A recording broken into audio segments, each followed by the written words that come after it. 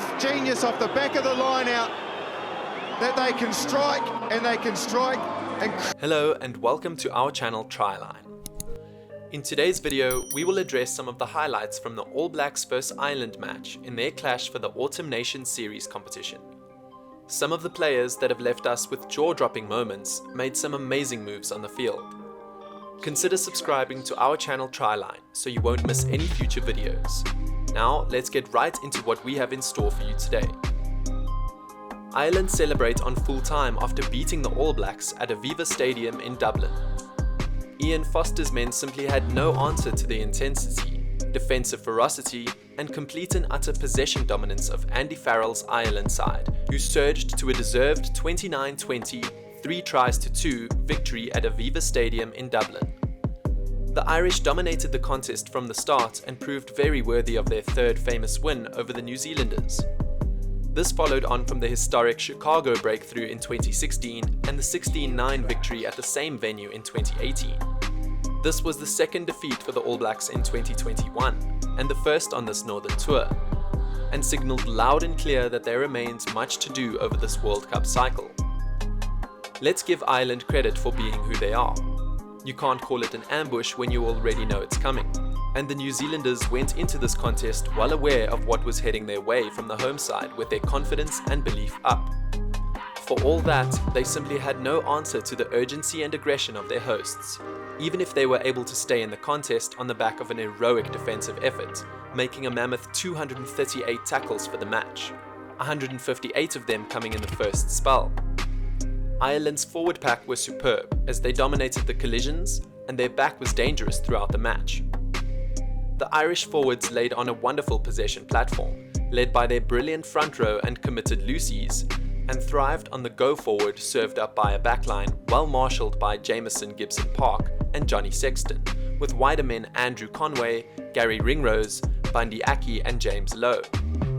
The All Blacks came close to another escape act, but Reiko Ioane's transfer to his brother Akira, which would have put the visitors in front on the 68th minute, was ruled forward.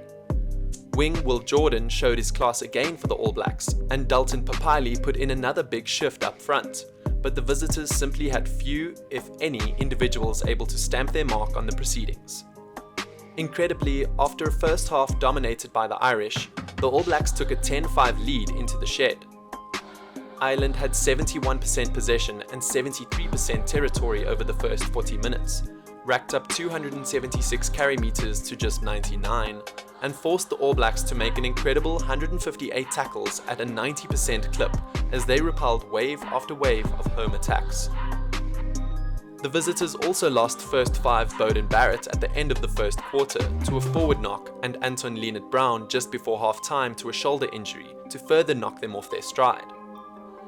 Ireland's withering intent had been there for all to see from the opening whistle, and it was fitting that they struck first in the 15th minute, just after All Blacks hooker Cody Taylor had been yellow carded for a marginal high hit on Johnny Sexton.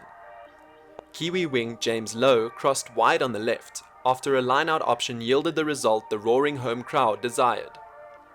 Disappointment turned to despair for the home fans just minutes later when the All Blacks struck off with a line-out, with Taylor finishing a superb Papali break from the back of a line-out with a nice support line inside.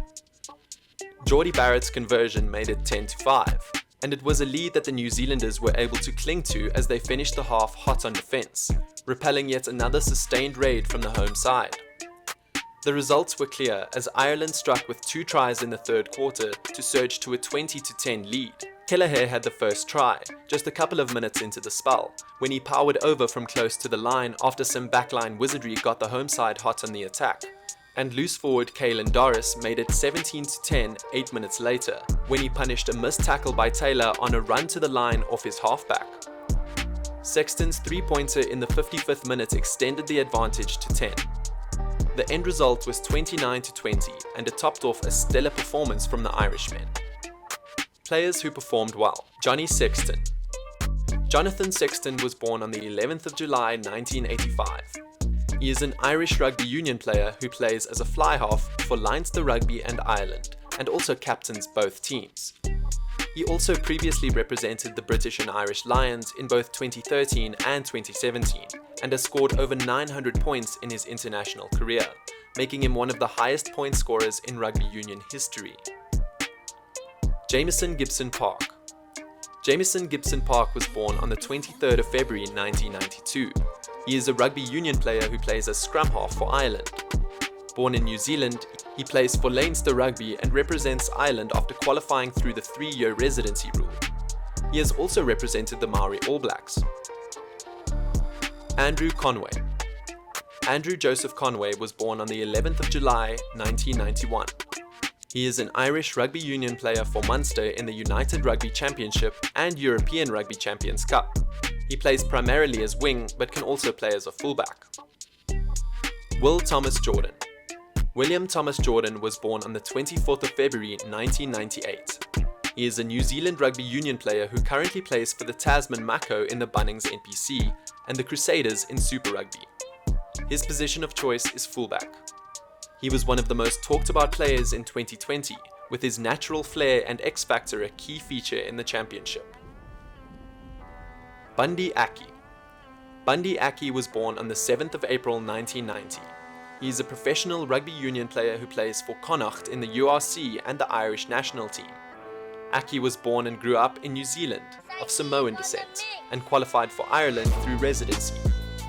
A centre, he has also played for New Zealand provincial team Counties Manukau and for the Chiefs in Super Rugby. The match was amazing and the results were undiluted.